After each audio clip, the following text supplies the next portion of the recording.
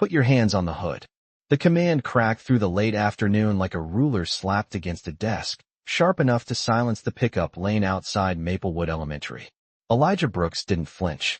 He lifted both hands slowly and placed them on the warm metal of the patrol car, his fingers spread wide, his reflection warped in the white paint beneath the spinning blue lights.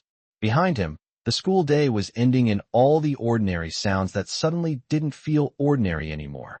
Backpack wheels rattling over cracked sidewalk seams, crossing guards calling out to impatient SUVs, little sneakers slapping pavement, a distant whistle from the pea field, but all of it seemed to pull back, as if the whole block had taken one step away from him.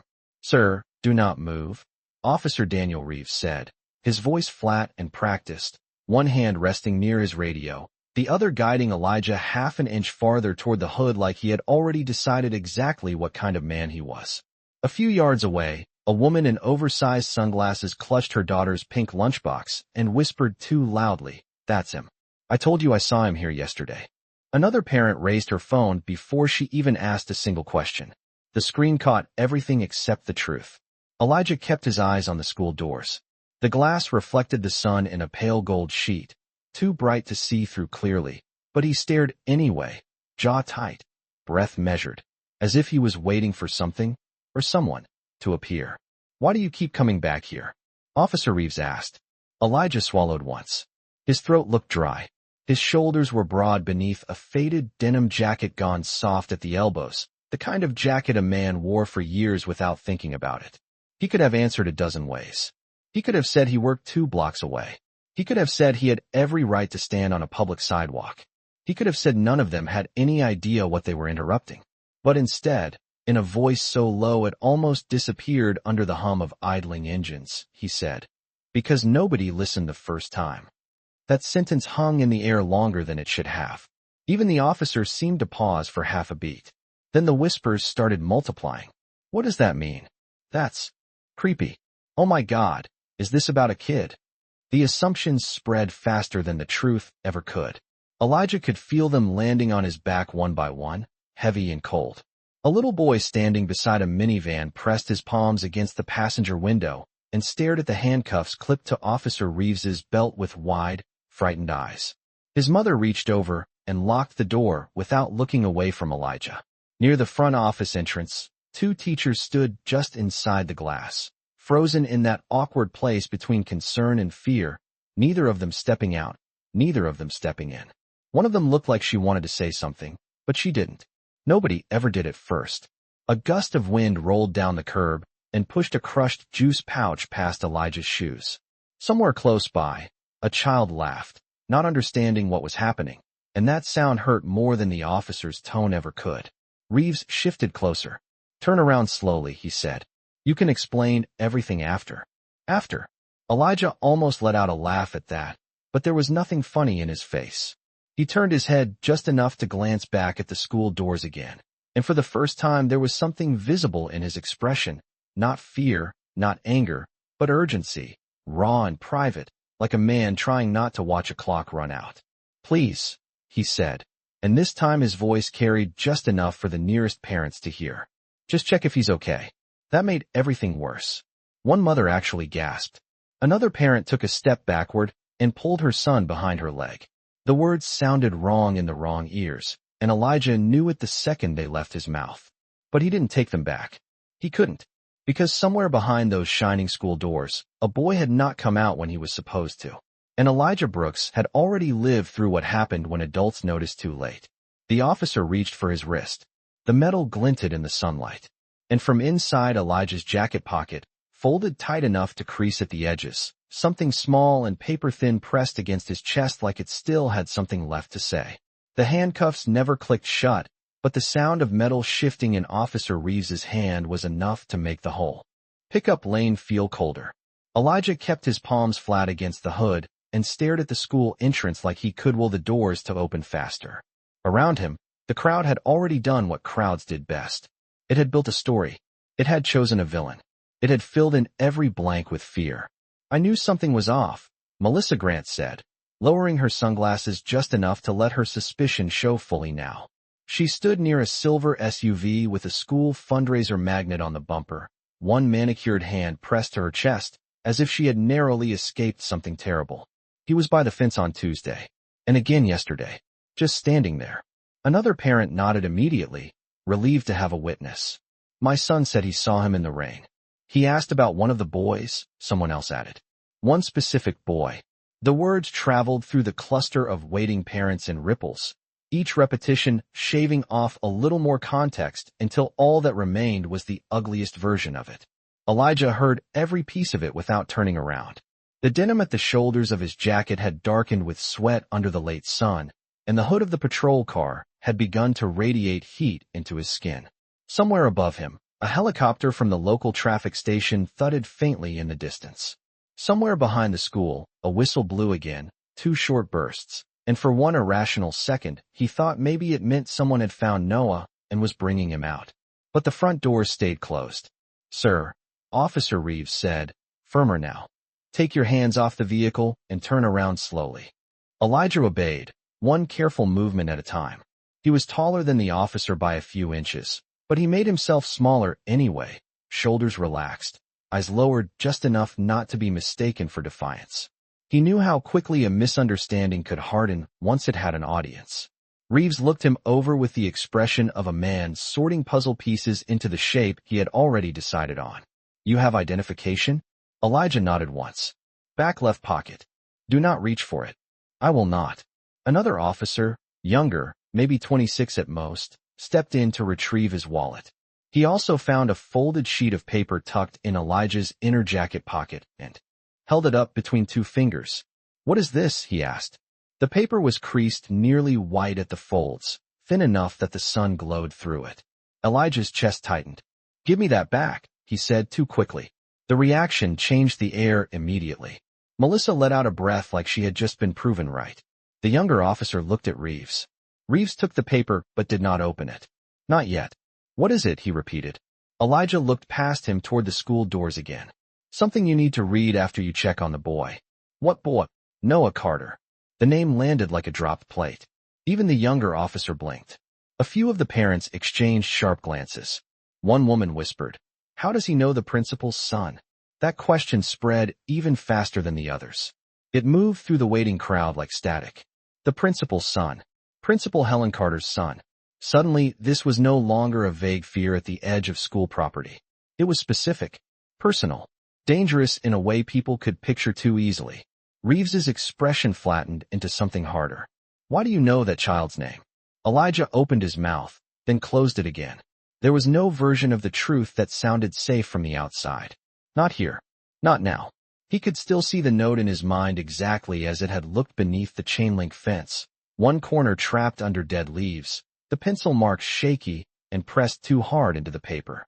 He could still hear his own heartbeat from 20 minutes earlier when he had bent down to pick it up, already sensing before he read a single word that it carried the same kind of silence he had once failed to outrun. "Answer me," Reeves said. Elijah exhaled slowly through his nose. "Because he dropped something," he said at last. "And because he did not come out." Reeves frowned. "Did not come out from where?" Elijah turned his face toward the school again, the reflected sunlight catching in his eyes.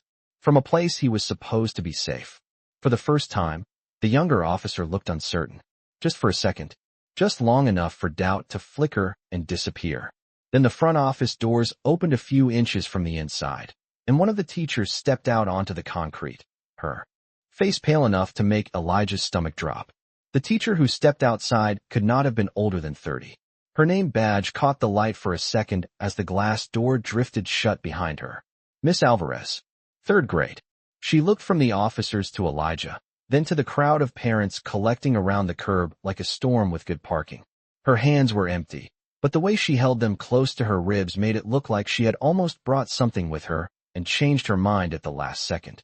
"Officer," she said, trying to keep her voice even. "I just need to ask him one question." Reeves did not move. "Ma'am, if this concerns school safety, you can speak to administration inside."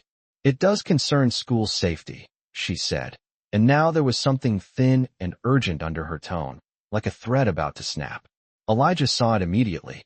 He had spent enough years reading the small shifts in people to know when someone had seen something they did not know how to carry yet. Miss Alvarez's eyes dropped briefly to the folded paper still in Officer Reeves's hand. That was all Elijah needed to see. You read it, he said quietly.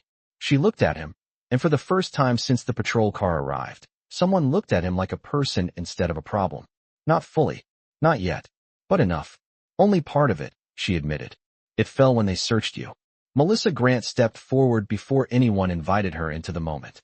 Excuse me, but if there is a note from a child, maybe parents should know what is going on. Her voice had that polished volunteer board sharpness to it, the kind that could make concern sound like ownership. A few heads nodded immediately. Reeves lifted one hand, keeping the crowd back without turning. Everybody needs to remain calm. Nobody ever said that when people actually were. Elijah kept his eyes on Miss Alvarez. Did you find him? He asked. No. She hesitated. That hesitation hit him harder than any accusation had. He is in the building, she said carefully. At least, he was 10 minutes ago. Was. The word lodged under Elijah's ribs. What does that mean? He asked. She swallowed. He left class early after lunch. Nurse's office said he never came in. The younger officer's posture shifted almost invisibly. Reeves did not miss it.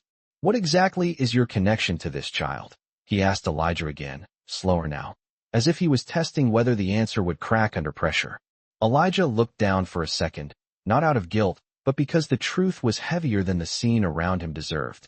Beyond the school fence, a yellow kickball rolled by itself across the blacktop until it tapped the curb and stopped. The sky had that washed-out 5:30 brightness that made everything look too exposed. He could feel the crowd leaning in, waiting for something ugly enough to justify how quickly they had feared him. I do not know him, Elijah said. A few parents exchanged glances like that confirmed everything. But he kept going. Not personally. Miss Alvarez took one small step closer. Then how do you know his name? Elijah's jaw tightened.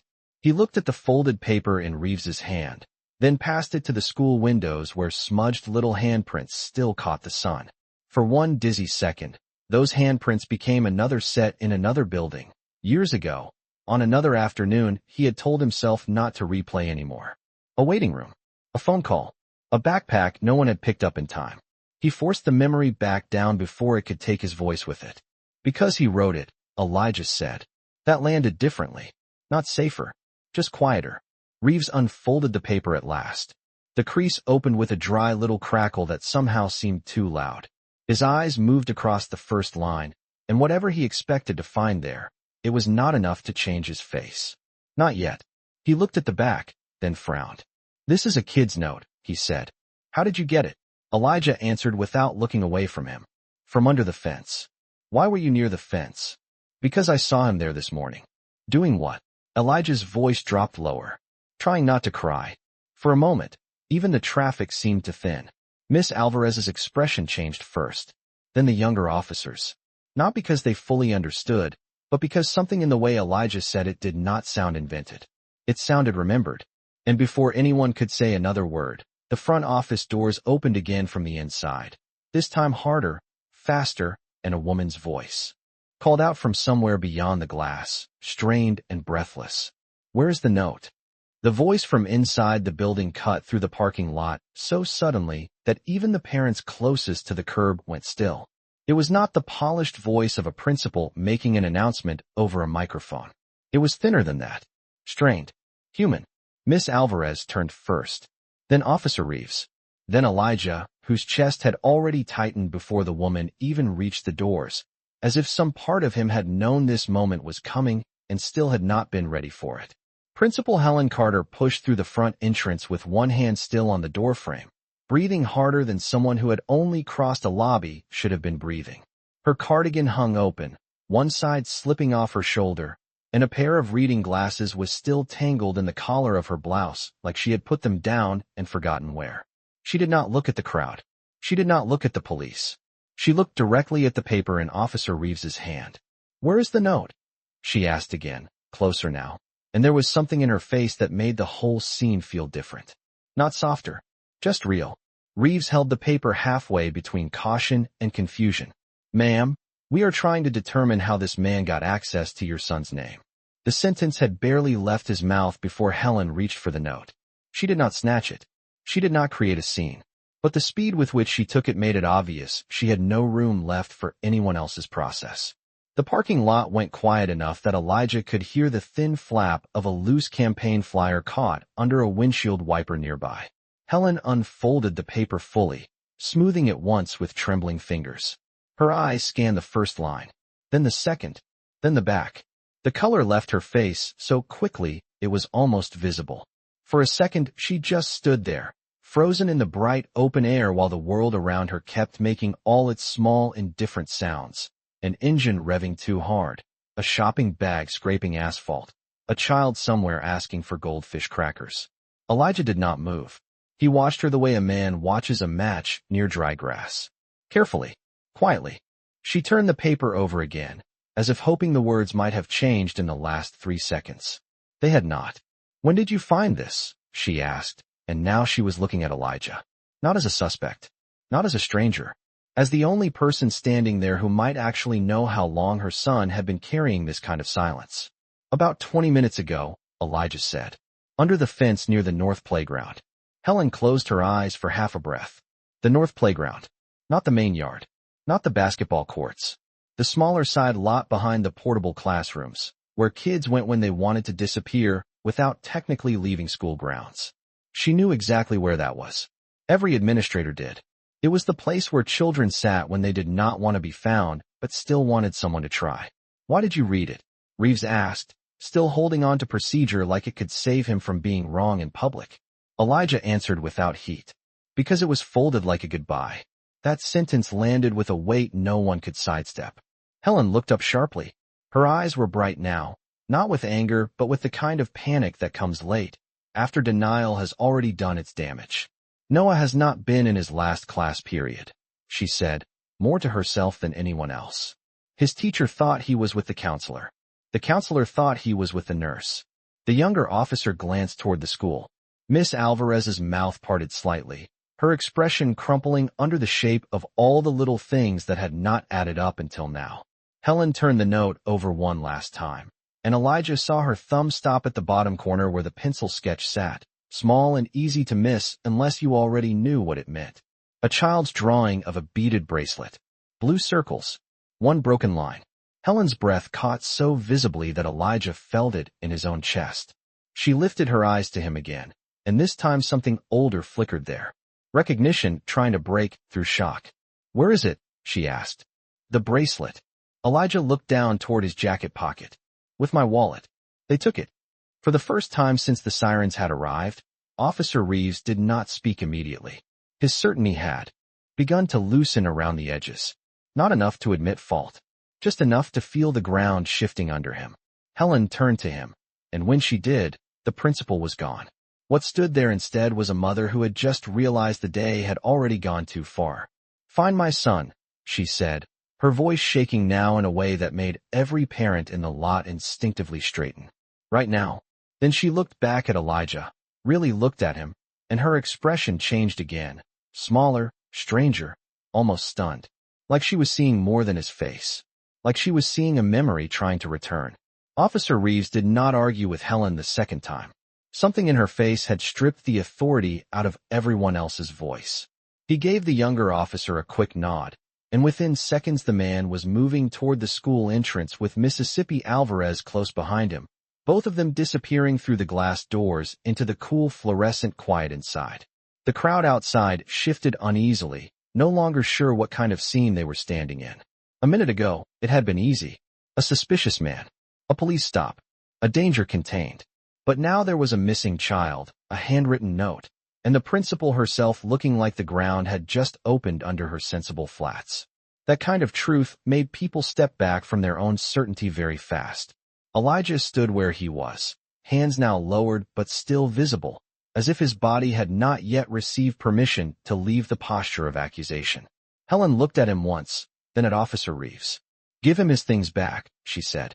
Reeves hesitated just long enough to reveal the habit of a man who was not used to being corrected in front of an audience.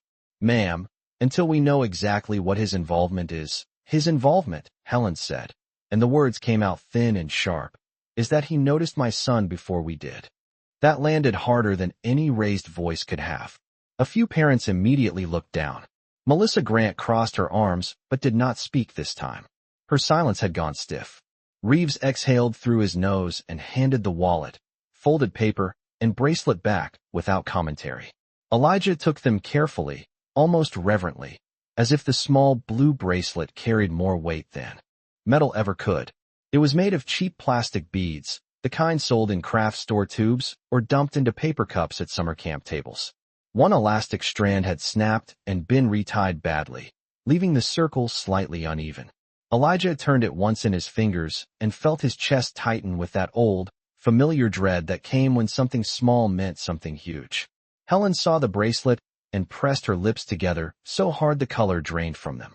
"He has had that since he was 7, she said quietly. "It used to belong to my mother." Elijah looked up at her. The words settled somewhere deeper than the scene itself. There it was again, that strange flicker in her eyes, as if she was standing at the edge of a memory she had not touched in years. "He dropped it this morning," Elijah said, "near the curb by the crossing sign. I was going to hand it to the front office, but then I saw him at recess." Helen's shoulders tensed. "You saw him?" "Sitting alone by the chain-link fence." Elijah's voice remained low, steady, built more from care than performance. He was holding his jaw like it hurt, but he kept pretending to look at the mulch. Helen's face changed instantly. His jaw, left side. She looked away for half a second, and Elijah knew then that she had noticed something too. Maybe not today, maybe not clearly, but enough to feel the guilt rising now like heat off blacktop. "He told me he tripped at P," she said, and she did not sound like she believed her own memory anymore.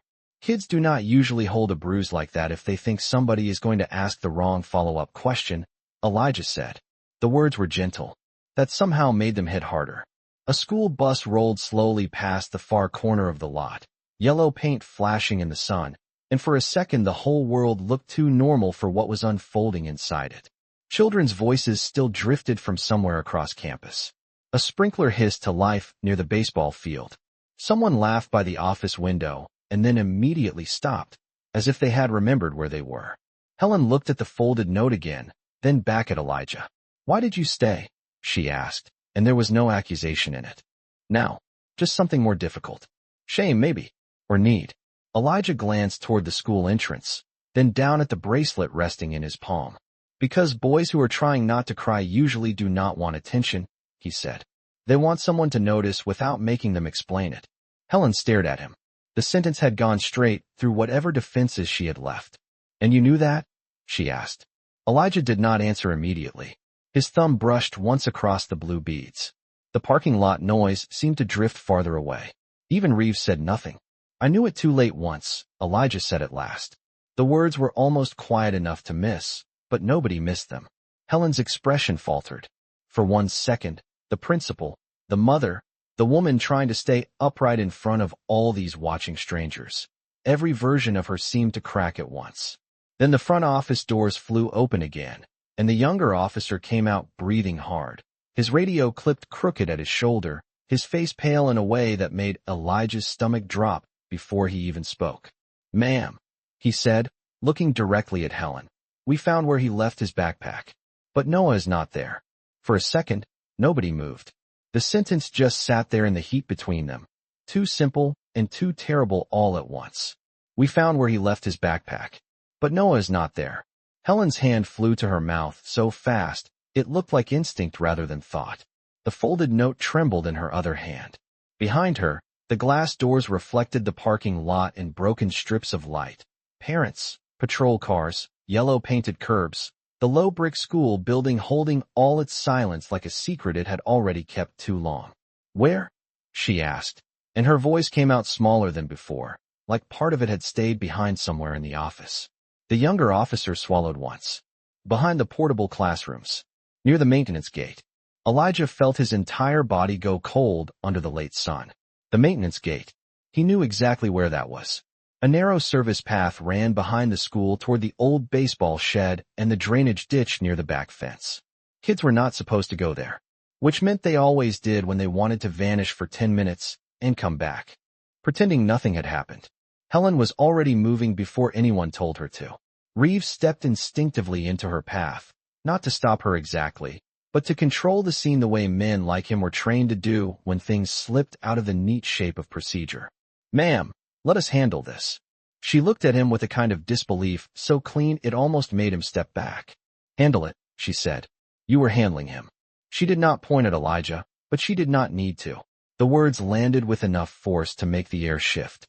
Reeves opened his mouth, then closed it. No one rescued him. Elijah should have felt something sharp about that. Vindication. Anger. Satisfaction. But he did not. Not while a child was still unaccounted for. Not while Helen's breathing had turned shallow in that way he recognized too well, the body's first quiet surrender to panic. "The service path floods behind the shed," Elijah said, already looking past the officer toward the side of the building. "There is a break in the back fence by the storm drain. If he wanted somewhere nobody would look first, that is where he would go." Reeves frowned. "And how would you know that?" It was almost reflex, the suspicion. Elijah met his eyes, tired more than offended now. "Because I fix electrical panels 3 blocks from here," he said. "Because I have walked this block on lunch breaks for 6 years. And because boys who want to disappear usually do not choose far. They choose hidden." Helen turned to him fully then, and something in her face changed. Not trust exactly. Something more fragile and more urgent than that. "Need. Come with us," she said. Reeves looked at her sharply. "Ma'am, that is not advisable." "Neither was putting him on a police car before asking the right questions," she said. In the quiet way she said it somehow stung more than if she had shouted. Around them, the crowd had gone almost completely still. Even Melissa Grant had lowered her phone now, though she still held it in both hands like she did not know what else to do with them. The younger officer glanced at Reeves, waiting for instruction. Elijah looked at the school building, then at Helen. He should have said no. A smart man would have. A man with any interest in protecting his own dignity would have let the people who humiliated him figure out their own emergency. But that was the thing about pain. Once you recognized it, it did not become less urgent just because it belonged to people who had failed you. "I found him once already today," Elijah said. "If he is hiding, I might know what he is looking for." Helen nodded immediately, like she had been holding her breath waiting for that answer. Reeves still looked unconvinced, but the moment was moving too fast now for his pride to keep up. He gestured to the younger officer. "You go around the baseball side. I will take the rear path." Then, after a pause that cost him something visible, he looked at Elijah. "You stay where I can see you." Elijah gave one short nod. "That is all I have been trying to do." The words were not hostile. That made them worse. They started moving together along the edge of the school building, past a row of second-grade windows smudged with finger paint and sunlight, past a bike rack with one bent wheel and a forgotten Spider-Man helmet dangling from the bars. The farther they got from the pickup lane, the quieter it became. The happy noise of dismissal faded behind them, replaced by the dry rustle of ornamental grass and the faint metallic rattle of an old chain-link gate shifting in the breeze. Helen was walking too fast for the shoes she was wearing, one hand pressed against her sternum like she was trying to hold herself together from the outside. Elijah kept his pace steady beside her, eyes scanning ahead, every nerve in him tuning itself to the kind of stillness that usually meant a child was nearby and trying very hard not to be found. Then, just as they rounded the corner behind the portable classrooms, Elijah stopped so suddenly that Helen nearly ran into him. Something small and blue was lying in the dirt beside the concrete curb ahead, half hidden under a dead magnolia leaf. And the second Helen saw it, the sound she made was not the sound of a principal anymore. It was the sound of a mother realizing her son had been here very recently and had kept going. Helen dropped to one knee before anyone could stop her, the gravel biting softly under the hem of her slacks as she reached for the little blue bead in the dirt. It was no bigger than a pencil eraser, just one cheap plastic circle dulled by dust, but the second it touched her fingertips, her face folded inward like something inside her had finally given way.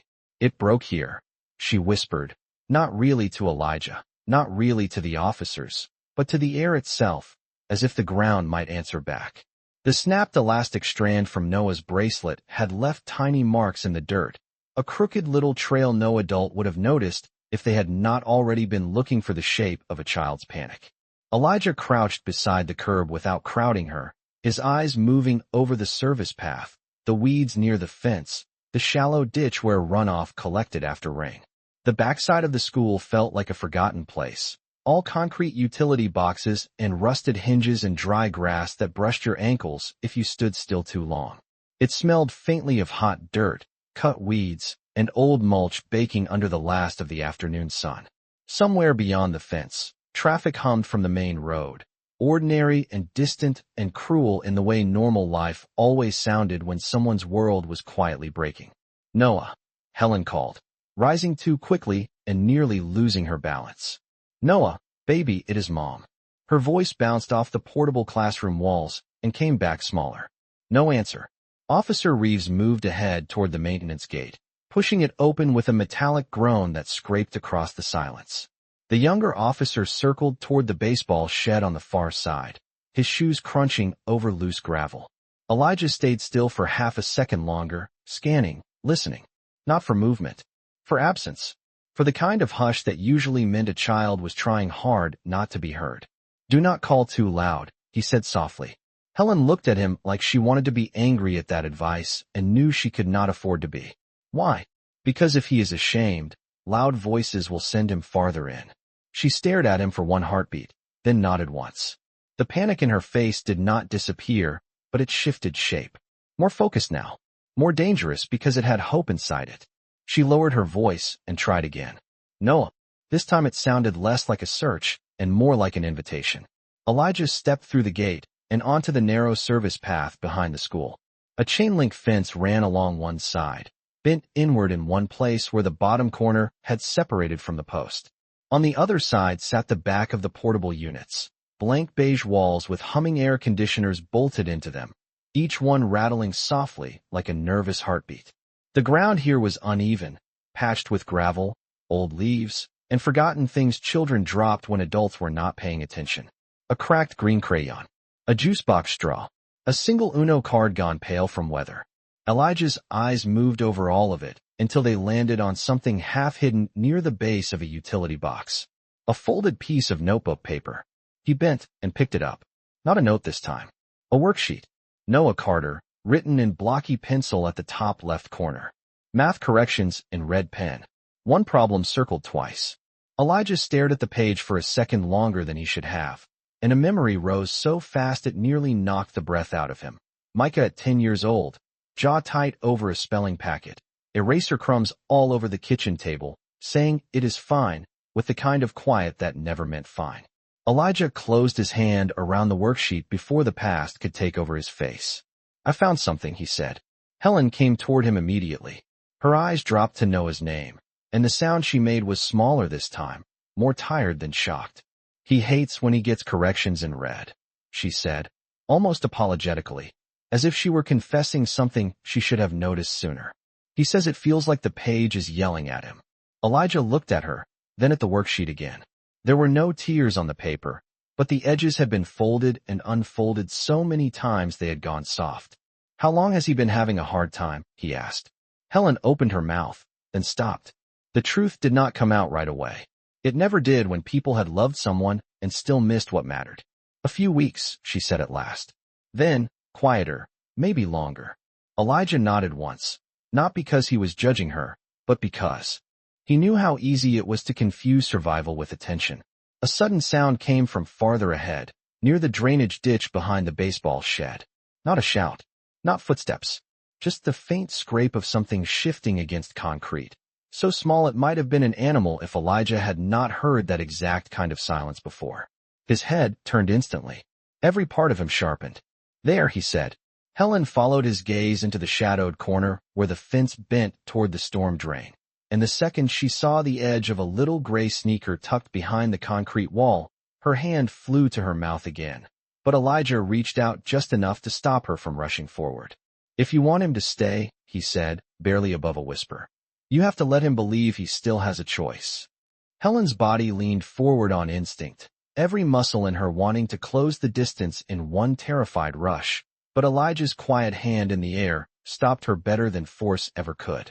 Not touching her, just warning her. The kind of warning that came from someone who had learned the cost of getting fear wrong.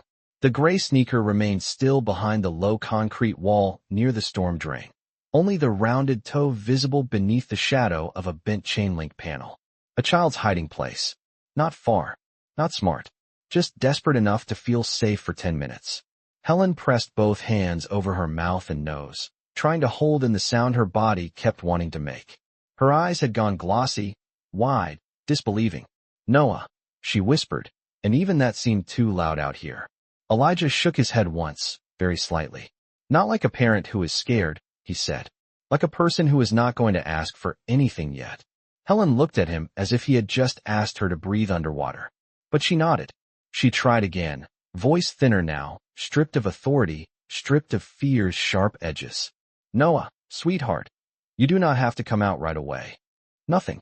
The hum of the air conditioners on the portable classrooms filled the space instead, that low mechanical vibration children often hid behind, because it made the world feel farther away.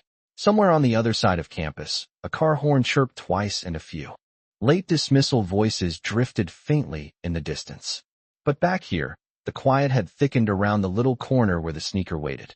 Elijah crouched slowly, lowering himself to Noah's level without stepping any closer. Gravel pressed into the knees of his work pants. He set the folded worksheet gently on the ground beside him where it could be seen without being offered like evidence. "Hey," he said, his voice calm enough to disappear into the air if you were not listening for it. "I found your math paper." There was the faintest shift behind the wall. Barely anything. Just enough to confirm what all of them already knew. Helen's hand flew to her chest again. Elijah kept his eyes on the concrete edge, not trying to catch a glimpse of Noah's face. "I am not going to read it out loud," he added. "I know red pen can feel rude." Another tiny movement. This time a quiet scrape of rubber sole against dirt. Helen made a broken sound in her throat, but she swallowed it down. Reeves stood back by the gate now, unusually silent, his radio forgotten in his hand. The younger officer had stopped near the baseball shed, careful not to come closer. Nobody wanted to be the wrong kind of adult in this moment anymore. Elijah tilted his head just enough to let his words travel around the wall without sounding like they were aimed straight at the boy. "Your mom is here," he said. "She is worried. But she is trying very hard not to make this about what she needs first." Helen closed her eyes when he said that. It was true, and the truth hurt in the cleanest places. For a long few seconds, nothing happened. Then a small voice came from behind the concrete, hoarse and tight, and trying very hard to sound normal. "Did she bring the police?" Helen's face collapsed in a way Elijah knew she would feel guilty about later. She took one step forward, then stopped herself. "They are here because we were trying to find you," she said, and her voice shook once before she caught it. "But they are not here for you, baby." Silence again. Then, quieter, "I did not want to go home today." Elijah looked down at the worksheet in the dirt and let the sentence settle without rushing to fix it. That was the mistake adults always made. They heard pain and sprinted straight toward correction, as if reassurance could do the work of understanding. "I know," Elijah said softly. "I read the note." The sneaker shifted again, then a little more. A knee appeared, then the edge of a gray hoodie sleeve. Noah still did not step out, but his body had turned enough to prove he was listening. "You should not have read it," the boy muttered. Elijah nodded once, accepting the hit. "You are right," he said, "but I am glad I did." That answer seemed to land somewhere unexpected. Helen lowered her hands from her face and stared at Elijah like she was watching someone speak a language she should have learned years ago. Noah's voice came again, smaller this time. "Everybody keeps saying I am fine." The words were simple, but they fell into the dirt between them like something much heavier. Helen inhaled sharply. Elijah did not look at her. He kept his attention exactly where it belonged. "That gets tiring," he said. "Yeah, especially when you are not." The quiet that followed was not empty anymore. It was recognition.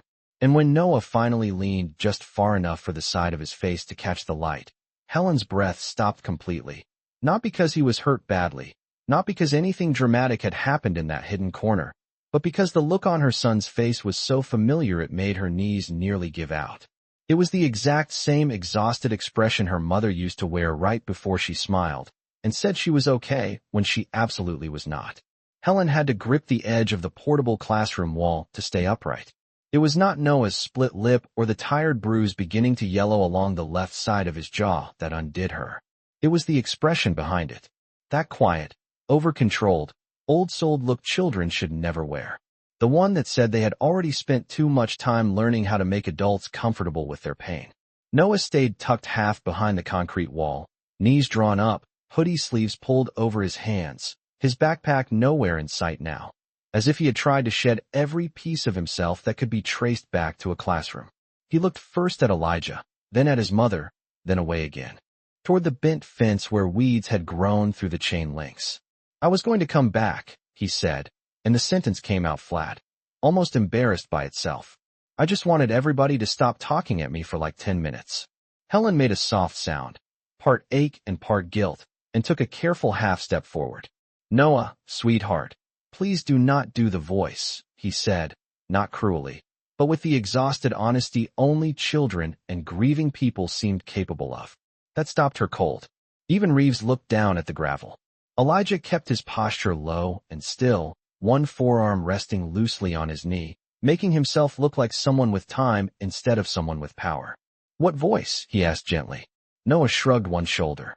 "The one where grown-ups act calm because they are actually mad." The truth of it landed so cleanly that Helen had to look away.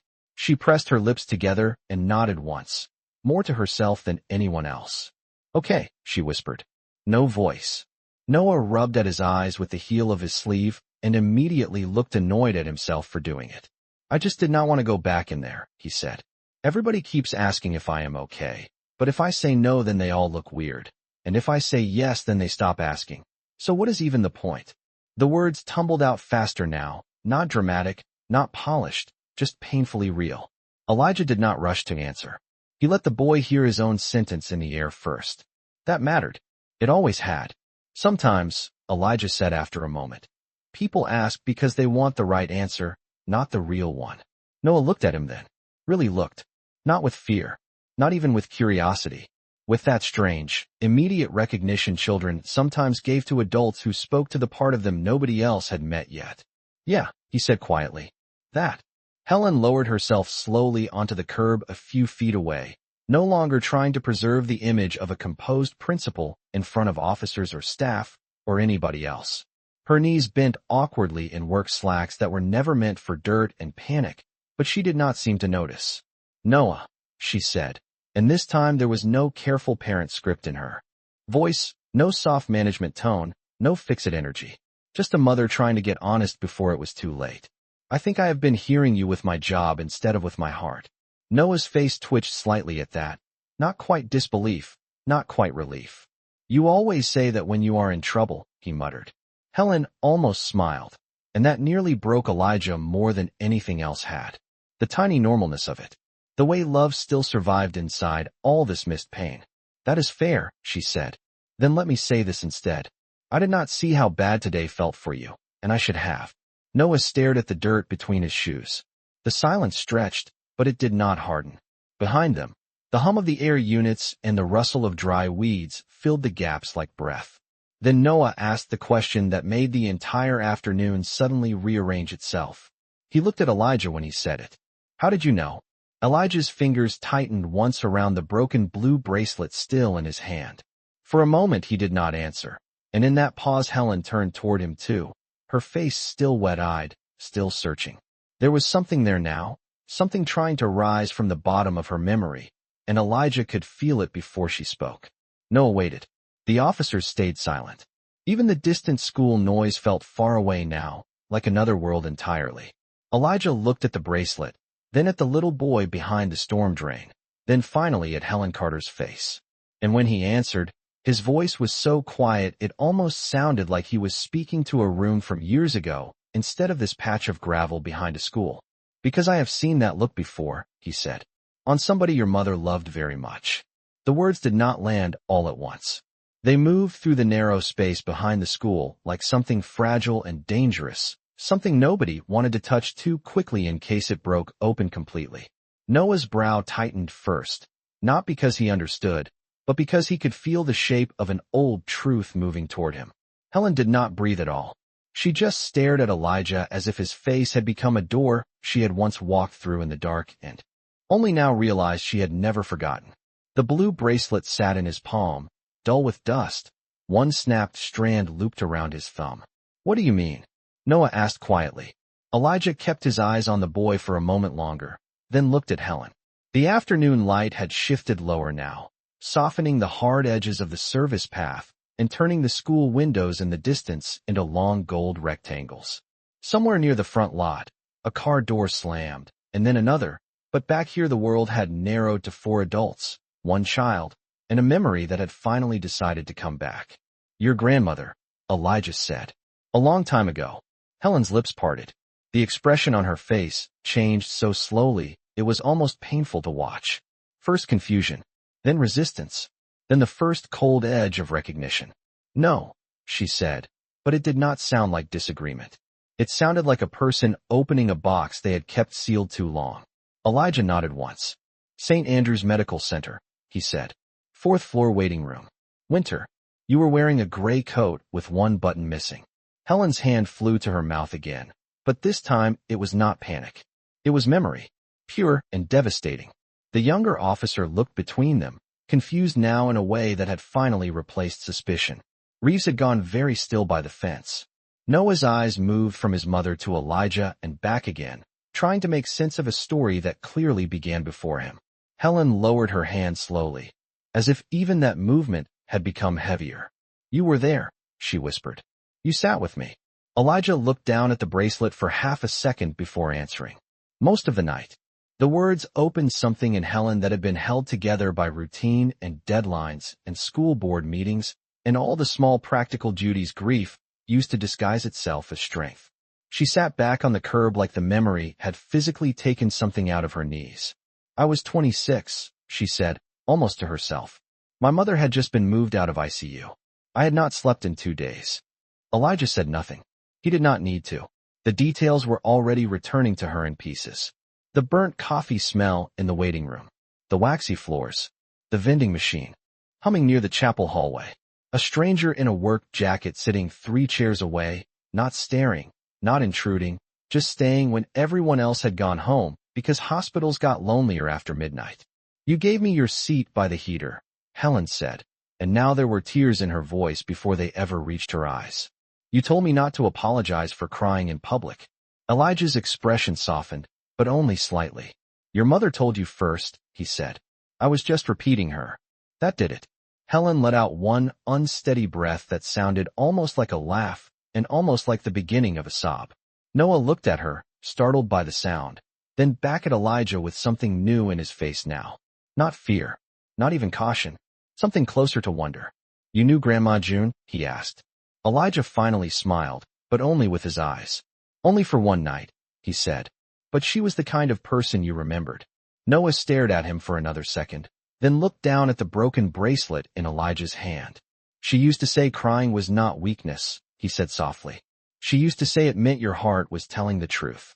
Helen closed her eyes when he said that, and the tears she had been holding finally slipped free. Quietly. No drama. Just the honest kind that came when love and regret arrived at the same time. Elijah turned the bracelet over once more in his hand, then held it out toward Noah without moving any closer than necessary. "You dropped this," he said. Noah hesitated, then slowly reached out from behind the concrete wall and took it. His fingers were small and cold-looking in the shadow. The broken elastic hung loose between them for 1 second before the bracelet changed hands completely. And in that tiny moment, with a cheap blue string stretched between a frightened boy and the man they had handcuffed 20 minutes earlier, Officer Reeves finally seemed to understand the full shape of what he had gotten wrong. Noah held the broken bracelet in both hands like it might come apart again if he breathed too hard. For the first time since they found him, his shoulders lowered by half an inch, and that tiny shift felt bigger than anything anybody had said all afternoon. Helen saw it too. She stayed where she was, on the curb, resisting the instinct to rush in and fix the moment with too much love all at once. She was learning, in real time and in front of strangers, how different it was to comfort a child versus truly make room for one. Grandma June liked him, Noah said after a moment, still looking down at the blue beads. It was not exactly a question, but it carried one. Elijah leaned back slightly on his heels and let out a breath that almost looked like memory. "She did not know me long enough to dislike me," he said softly. Noah's mouth twitched at one corner. Not a smile, just the beginning of one. It was enough to make Helen's eyes sting all over again. Reeves shifted near the gate, his shoes scraping lightly against the gravel. He had gone quieter with every passing minute, and the quiet on him looked unfamiliar, like a uniform that did not fit right anymore. The younger officer kept his distance, radio silent now, eyes lowered. Miss Alvarez had appeared at the edge of the service path a few minutes earlier and stayed back when she saw Noah was safe. One hand pressed over her chest, tears drying unnoticed in the corners of her eyes. Nobody wanted to break what had finally become possible here. Elijah looked at Noah for another second, then toward Helen. "Can I tell him something?" he asked. The fact that he asked, after everything, hit her harder than if he had simply spoken. She nodded immediately. "Please." Elijah turned back to Noah. The evening light had gone warmer now, catching in the dust on the bracelet and along the bent links of the fence behind him. "Sometimes," he said, "when grown-ups miss something important, they start talking louder because it helps them feel less scared." Noah listened without moving. "That does not mean your feelings were not real before they noticed them. It just means adults are slower than they should be sometimes." Noah absorbed that in silence. Then he asked the question that had clearly been sitting under all the others. "Did your kid ever hide too?" Helen's head lifted sharply. Reeves looked away. The portable classroom air conditioner rattled once and kicked into a louder hum, filling the space around the answer Elijah had not yet given. He did not seem surprised by the question. If anything, he looked like he had been waiting for it all day. "Yeah," he said at last. "He did." Noah looked up. "What was his name?" Elijah's jaw tightened, but not from trying to escape. From choosing to stay. "Micah," he said. The name landed gently in the gravel between them. He was 10 when he started getting very good at saying he was fine. Helen closed her eyes. The sentence moved through her like a blade wrapped in cloth. Noah's fingers paused on the bracelet string. What happened? The question was not invasive the way it would have been from an adult. It was just honest. Child honest. Elijah looked down for a moment, and when he spoke again his voice had changed, not breaking, but deepening in that way grief always altered sound. "A lot of little things happened," he said.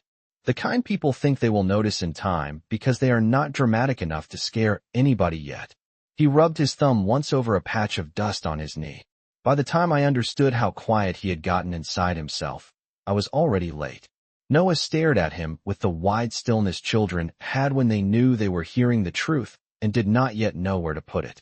Helen covered her mouth again, but this time she was not hiding her reaction from Noah. She was trying not to let it flood the whole moment. Elijah did not keep going. He did not unload his pain into the space just because he had been invited. He left the sentence where it belonged, clean and human and enough. Noah nodded once, very small. "I am sorry," he said. Elijah met his eyes. "Me too." The simplicity of that exchange seemed to strip something false out of the afternoon. No performance. No lesson. Just two people standing on opposite sides of pain and somehow recognizing each other anyway. Noah looked at the bracelet again, then at his mother. "I did not leave because I wanted to scare you," he said quietly. "I left because I thought if I stayed in class I was going to start crying and then everybody would stare." Helen's face crumpled, but she did not interrupt him. She just nodded, tears slipping freely now. "Thank you for telling me the truth," she whispered. Noah looked down, embarrassed by how emotional the adults had become around his honesty. Then, after a long second, he pushed himself up from behind the concrete wall and stood fully in the open for the first time. He was smaller than the fear had made him seem.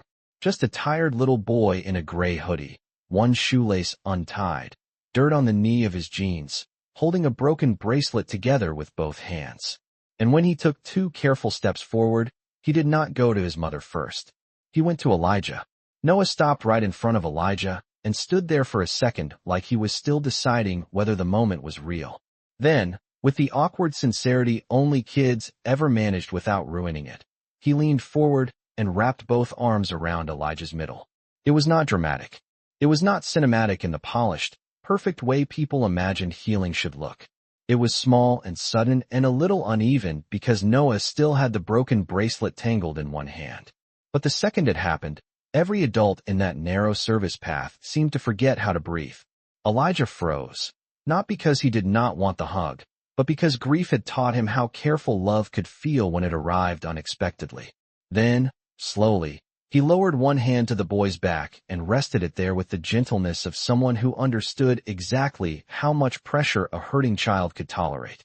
Noah's hoodie smelled faintly like pencil shavings and school hallway air and the sweet artificial scent of cafeteria fruit cups. It was such an ordinary little boy smell that it nearly undid Elijah on the spot. Helen covered her mouth again, but there was no holding back now. The tears came openly, silently, the kind that made no effort to be graceful. Miss Alvarez turned away and pressed the heel of her hand to her eye. Even the younger officer looked down at the gravel as if the scene had become too intimate to witness directly. Only Reeves remained still by the gate, though the stillness on him no longer looked controlled. It looked humbled. Noah pulled back after a few seconds, not embarrassed exactly, just suddenly aware that he had done something honest in front of too many grown-ups. He rubbed his nose with his sleeve and looked at Elijah like he needed to say something important, but did not yet have all the right words. "You came back," he said instead. Elijah's face changed in a way so small most people would have missed it. But Helen saw it. The sentence had gone somewhere deep. "Yeah," Elijah said quietly. "I did." Noah nodded once, as if that answer mattered more than anything else that had happened all day. Then he turned toward his mother. This time, when he moved to her, she did not rush him. She opened her arms and waited.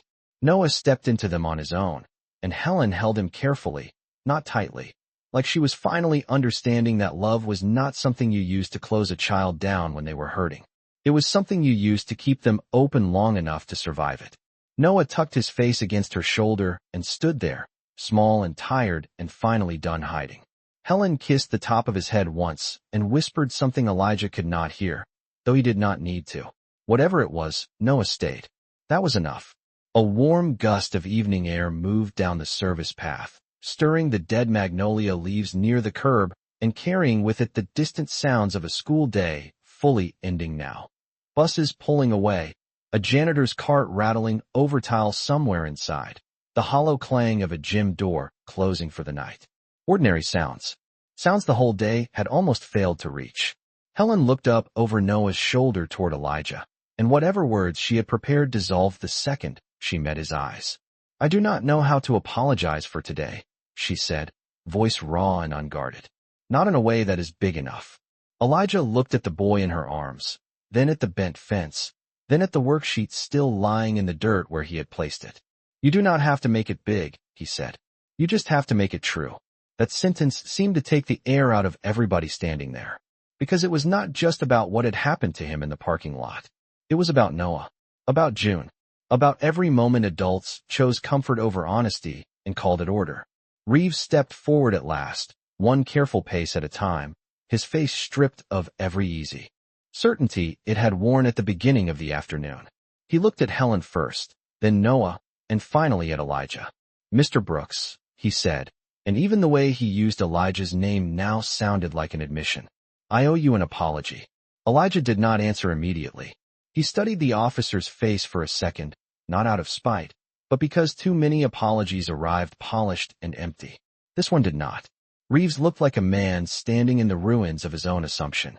"I saw a black man outside a school and decided the rest before I asked the right questions," he said, his voice lower now, stripped of procedure. "And I was wrong." The honesty of it hung in the warm evening air, heavy and overdue. Helen looked down at Noah and tightened one hand at the back of his hoodie like she was holding on to something more than just him. Elijah nodded once. Not absolution. Not yet. Just acknowledgement. Then Noah lifted his head from his mother's shoulder and looked between the two men with the blunt clarity children often had when adults had finally exhausted themselves. "Can we go home now?" he asked. And for the first time all day, the answer felt possible. By the time they walked back around the school, the parking lot had changed in the quiet way public scenes always did once the truth came out. The crowd was thinner now. A few parents had already left, embarrassed by how long they had stayed. The patrol cars were still there, but their presence no longer felt like power. Just leftover noise from a misunderstanding too many people had been willing to believe. The late afternoon sun had dropped low enough to turn the school windows amber, and the long shadows of the flagpole and bike racks stretched across the concrete like the day itself was finally exhaling.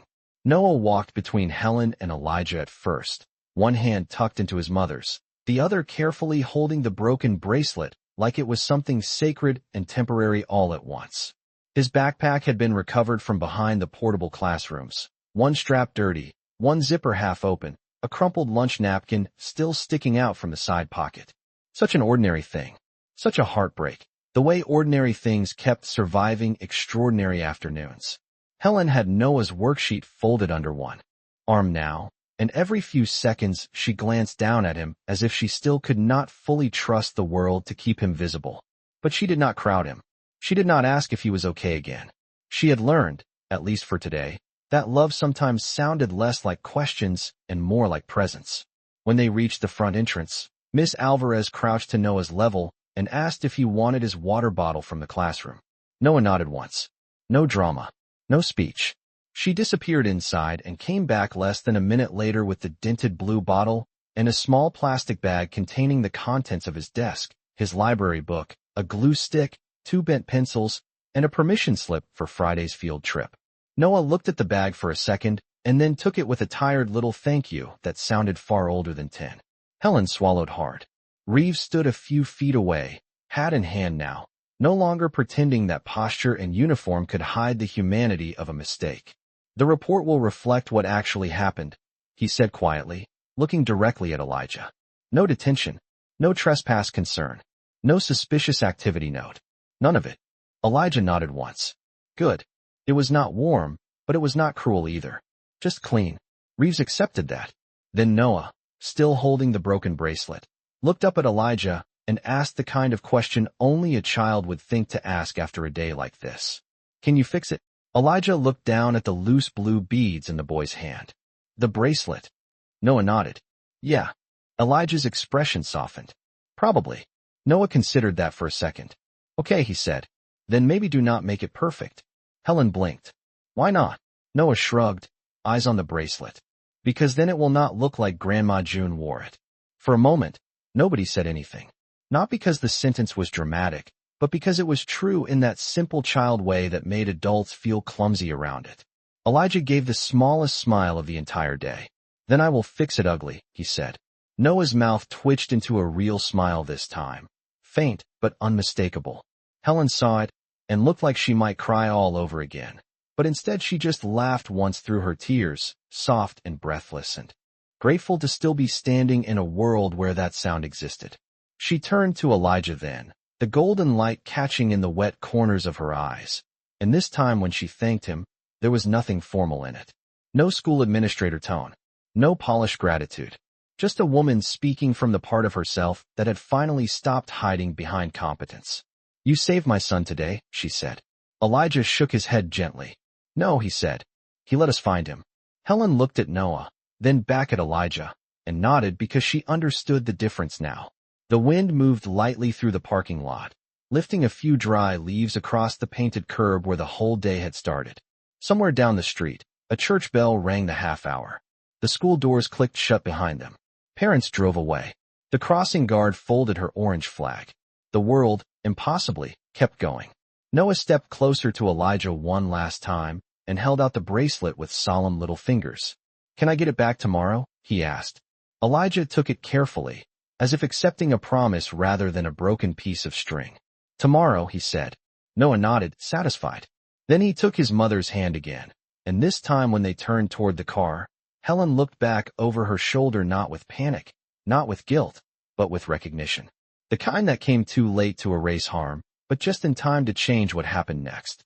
Elijah stayed where he was for a moment after they left. Work jacket still dusty, knees still sore from gravel, the evening light warming one side of his face. In the distance, the last bus pulled away from the curb with a low diesel sigh. He looked down at the blue bracelet in his hand, its snapped strand, its uneven beads, the tiny evidence of all the ways love survived breakage without ever pretending it had not happened. Then he slipped it carefully into his pocket and walked toward the